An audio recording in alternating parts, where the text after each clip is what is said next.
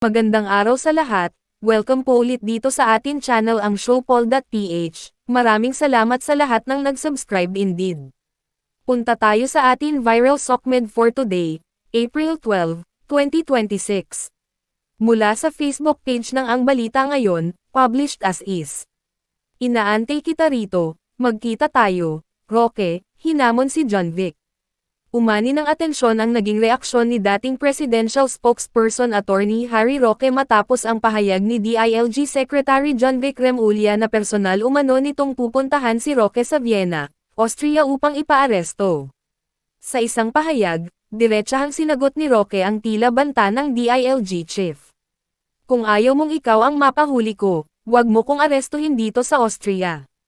Ganulan pa man, inaantay kita rito, magkita tayo.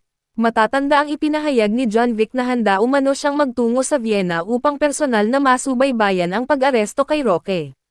Pupuntahin ko si Harry Roque sa Vienna to have him arrested, aniya. Sa panig ni Roque, iginiit niyang hindi basta-basta maaaring ipatupad ang ganitong hakbang.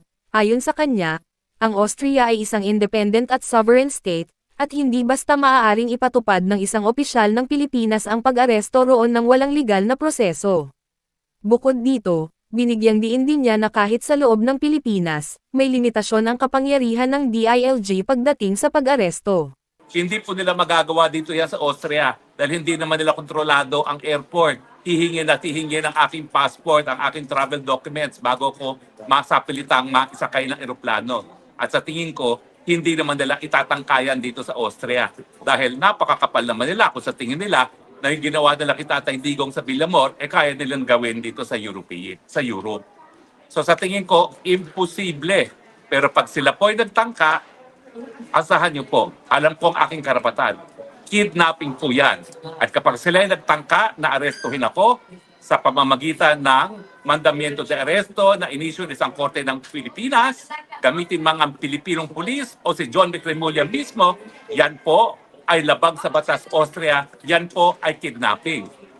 So ang aking libreng legal advice kay Secretary Remulla, kung ayaw mong ikaw ang mapahuli ko, huwag mo kong arestuhin dito sa Austria. Ganun pa man, inaantay kita rito sa Austria, magkita tayo. Panoorin ang buong video sa Harry Roque YouTube channel at e-follow ang Facebook ng Ang Balita Ngayon, i-click ang mga link sa description box. At yan ang atin viral SOCMED update for today. Huwag kalimutan mag-subscribe, i-click ang notification bell for more SOCMED updates at suportahan po ang atin Facebook page. Maraming salamat sa lahat ng nag-subscribe indeed, magandang buhay sa lahat, shukran.